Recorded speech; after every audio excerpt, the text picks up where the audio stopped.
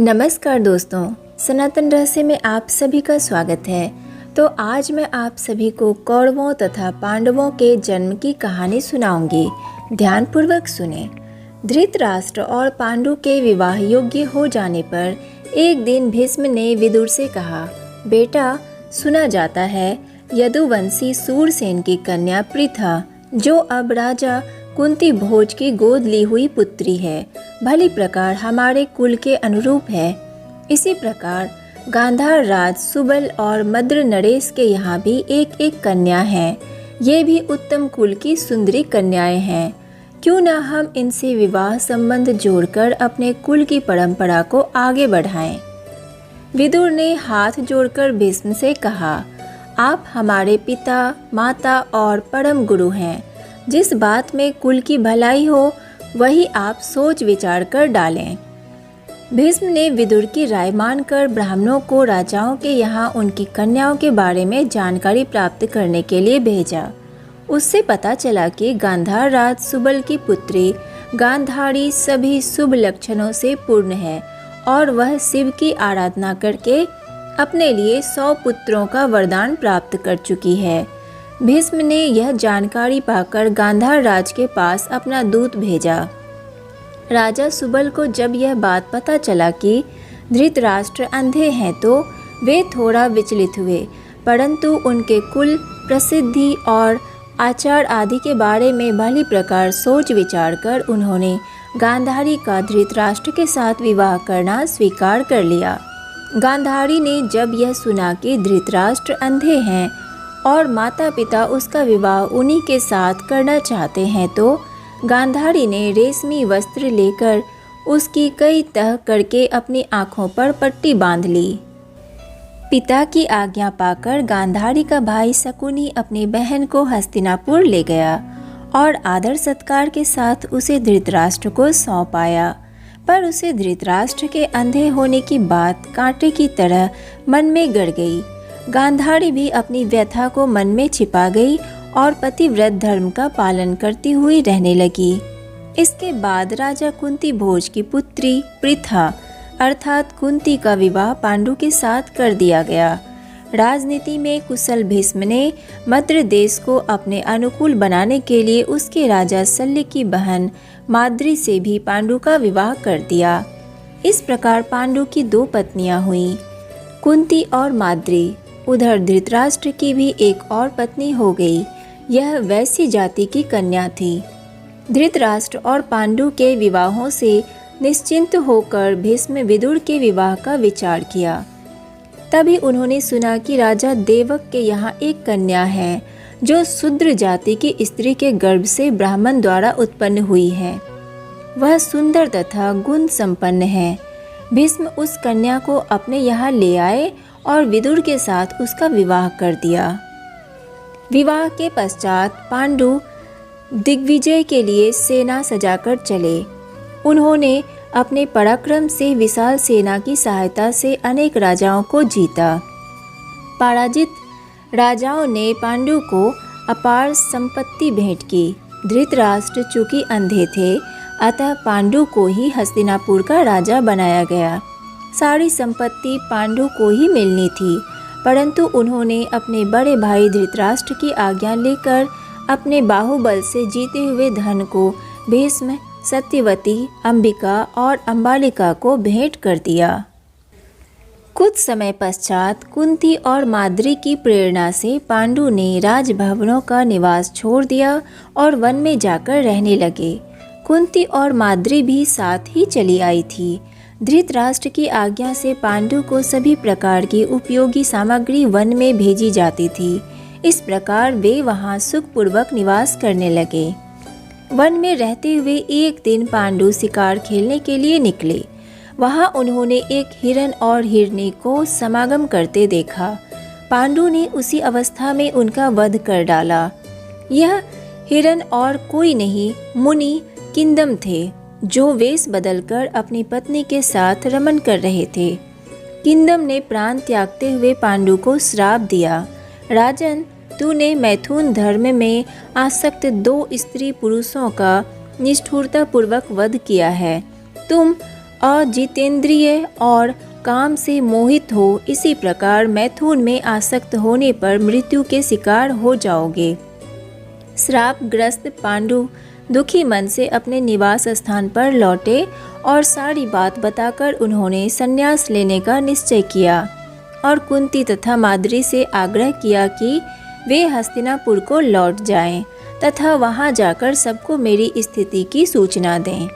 किंतु माद्री और कुंती इसके लिए तैयार नहीं हुई। उन्होंने कहा, राजन, संन्यास के अतिरिक्त और भी तो आश्रम हैं जिनमें आप हमारे साथ रहते हुए भी तप कर सकते हैं। कुंती और माद्री के अनुरोध से पांडु ने वानप्रस्थ आश्रम स्वीकार किया और अपने तथा कुंती और माद्री के सभी राजकीय वस्त्राभूषण दूतों के हाथ हस्तिनापुर भिजवा दिए। धृतराष्ट्र ने जब यह सुना तो उसे बहुत दुख हुआ।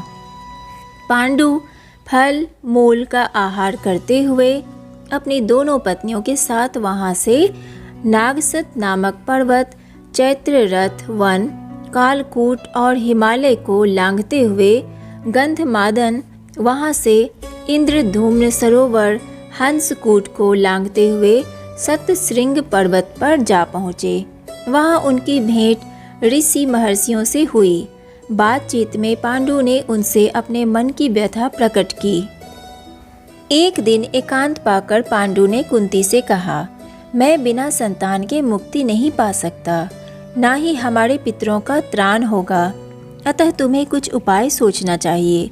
तुम जो भी करोगी वह एक तो आप धर्म की दृष्टि से ठीक होगा, दूसरे शास्त्रानुसार भी ठीक होगा, तीसरे स्वयं मेरी भी उसमें सहमति होगी। कुंती ने कहा, आपकी मन की शांति के लिए आप जो भी कहेंगे मैं उसे स्वीकार करूंगी।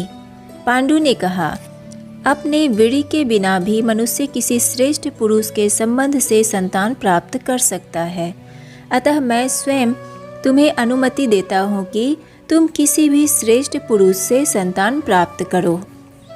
पांडु के बहुत समझाने बुझाने पर कुंती ने कहा, आप जैसा कहते हैं वह मानने के लिए मैं विवश हूँ। इस संबंध में आपको एक रहस्य बताती हूँ।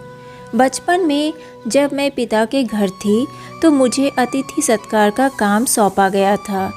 एक दिन दुर्वासा ऋषि वहाँ आए। मैंने उनकी कई दिनों तक खूब सेवा शुश्रूषा की। उससे प्रसन्न होकर उन्होंने मुझे एक मंत्र दिया और उसकी प्रयोग विधि बताकर कहा कि तुम इस मंत्र से जिस जिस देवता का आवाहन करोगी वह निष्काम हो या सकाम निश्चय ही तुम्हारे अधीन हो जाएंगे। मैं सोचती हूँ उस मंत्र के प्रयोग का समय आ गया है। आप जिस देवता का भी कहेंगे पुत्र की कामना से मैं उसी का आवाहन करूँगी। कुंती की बात सुनकर पांडु ने उसे क्रमशः धर्म, वायु और इंद्रदेव का आवाहन करने के लिए कहा।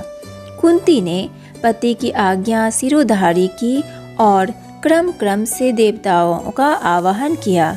सहमानुसार कुंती को धर्मराज से युधिष्ठिर, वायु से भीम और इंद्र से अर्जुन, इन तीनों पुत्रों की प्राप्ति हुई।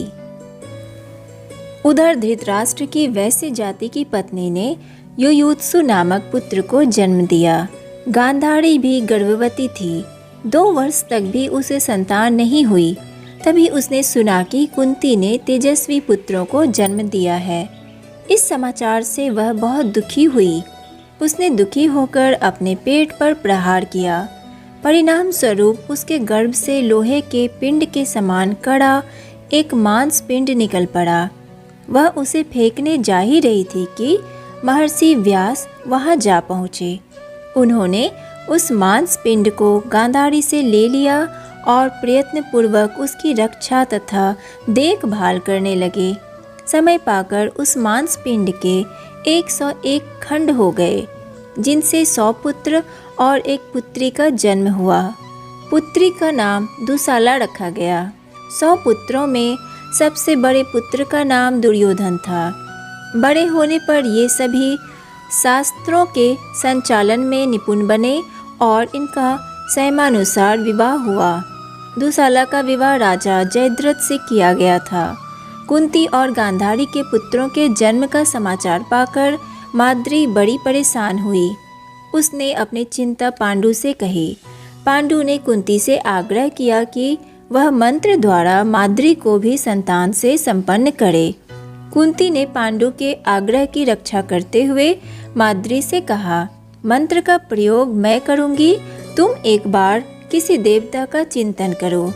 माद्री ने मन ही मन कुछ विचार करके दोनों अश्विनी कुमारों का स्मरण किया। फलस्वरूप माद्री के जुड़वां पुत्र हुए, जिनका नाम नकुल और सहदेव रखा गया। इस प्रकार पांडु के 5 पुत्र युधिष्ठिर, भीम, अर्जुन, नकुल और सहदेव 5 पांडवों के नाम से प्रसिद्ध हुए। तो आज के लिए बस इतना ही। इससे आगे की कहानी मैं आपको नेक्स्ट वीडियो में सुनाऊंगी। तो वीडियो को लाइक कीजिए, सनातन रहस्य को सब्सक्राइब कीजिए और ज़्यादा से ज़्यादा शेयर कीजिए। राधे राधे।